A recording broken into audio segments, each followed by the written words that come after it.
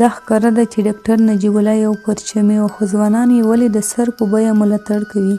که چیرې د غویي اومې کودتا ته د یوې تېروتنې په سترګه وګورو، نو ډاکټر نجیب الله هم په دغه تېروتنه کې شامل شمیرل کیږي، او هغه کس و چې د سردار شهید محمد داود خان په مشرۍ جمهوري نظام یې سقوط کړ او د نوموړې کورنۍ په شهادت ورسوله. د خلق دیموکراتیک ګوند په خپل منځ کې په دوه سترو برخو سره وویشل شول. یوه خوا یې اکثر پښتانه وو چې د خلق په نوم سره راټول شوي وو، نور محمد ترکی، حفیظ الله امین او نور یې مشران وو. بلې خوا یې د پرچم په نوم ډله وه چې ببرک کارمل، ډاکټر نجیب الله او نور یې په سر کې وو. که چیرې د خلق او پرچم ډلو ترمنځ بنسټیز توپیرونو ته وګورو، نو خلق اړخ ډیری پښتانه افغانستان کې د شوروي یووالي ځواکونو شتون سره مخالف او په دې اند وو چې د غویي کودتا باید د افغانانو پر مټ وساتل شي.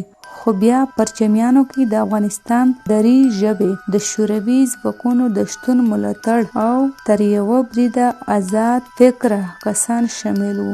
ډاکټر نجیب الله هم پښتون د لوی پکتیا او پقام احمدزی وو، خو په سیاسي لیدلوري کې د پرچم اړخ کې وو او د پرچم سیاست سره یې لیوالتیا ډیره وه. وروسته له هغې چې د خلق اړخ دوه مشرانو نور محمد ترکی او حفیظ الله امین ووژل شول، او ببرک کارمل چې د پرچم ډلې مشر وو د حکومت د سر سړی شو، نو ډاکټر نجیب الله هم د واک ته ورسید. ایران کې افغان سفیر او بیا ورپسې د افغانستان د استخباراتو ادارې مشر چې هغه وخت یې نوم د خاد ریاست وو. پوښتنه دا ده چې کله ډاکټر نجیب الله یو پرچمي وو او د غویي د اومې کودتا د سر کسانو څخه وو، نو بیا ولې نن ورځ تر بلې افغانستان کې مینوال ډیریږي او د خلکو په زړونو کې ځای پیدا کوي؟ د لها پوهېدو لپاره د ویډیو تر پایه وګورئ او زما چینل سبسکرایب کړئ.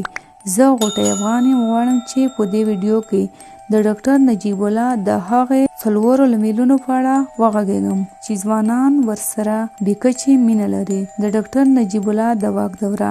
لومړی، دغه نجیب چې د افغانستان د ولسمشر په توګه وټاکل شو او هغه نجیب چې له ولسمشر وړاندې وو ژور توپیر سره لري. ډاکټر نجیب الله د جمهوریت پر مهال نه یوازې چې پرچمي وو، بلکې یو ټول شموله افغان جوړ شو. د بیلګې په ډول ډاکټر نجیب الله د خپلې واکمنۍ پر مهال د خلق دیموکراتیک ګوند بیرغ چې سور رنګ وو د افغانستان ملي درې رنګه بیرغ ته بدل کړ. دا د خپل واک په دوره کې د هیواد ژغورنې هڅې پیل کړې. د شورویانو پر وتلو یې هوکړه وکړه او شورویان یې دې ته وهڅول اړ کړل چې افغانستان خوشی کړي.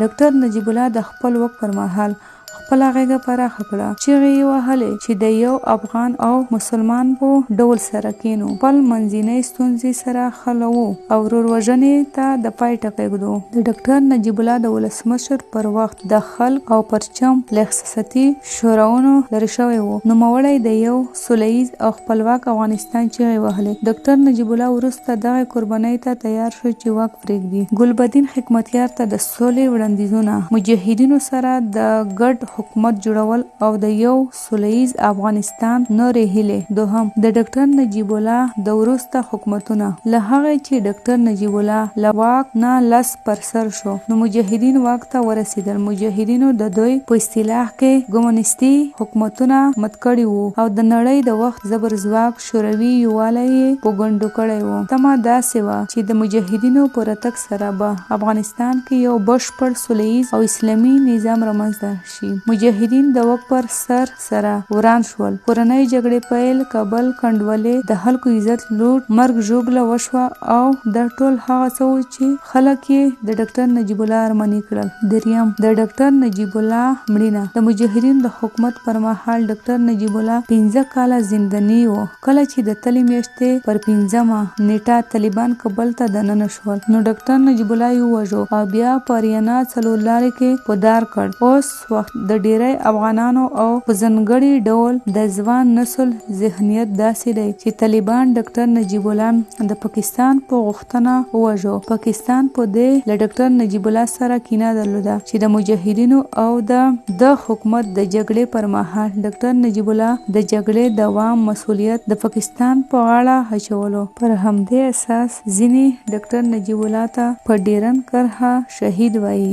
له محکمې پرته د یو ولسمشر په دار زړور هغه څه دی چې خلکو ته یې ډاکټر نجیب الله مظلوم ثابت کړ او د سره خواخوږي زیاته شوه. څلورم، د ډاکټر نجیب الله وړاندوینې. ډاکټر نجیب الله د خپل حکومت وروسته د افغانستان وضعیت انځور کړی و. په دې اړه د نوموړي د ویناوو یو شمېر ویډیوګانې هم شتون لري. اوس مهال ځوانان د ډاکټر نجیب الله له یادو ویناوو په الهام اخیستو دې فکر ته رسېږي چې ډاکټر نجیب الله توانېدلی و چې افغانستان وضعیت شننه کړي او هغه څه چې مجاهدینو د حکومت پر مهال وشول او یا هم اوس جریان لري. د ډاکټر نجیب الله سمې وړاندوینې وې یادونه. د ویډیوګانو لینکونه مو د همدې ویډیو په ډسکرپشن کې موندلی شئ. همدارنګه زما فیسبوک پاڼه هم در سره خوښه کړئ. تر بلې ویډیو پورې ښې چارې، خو د ویډیو شریکول مو هیر نشي.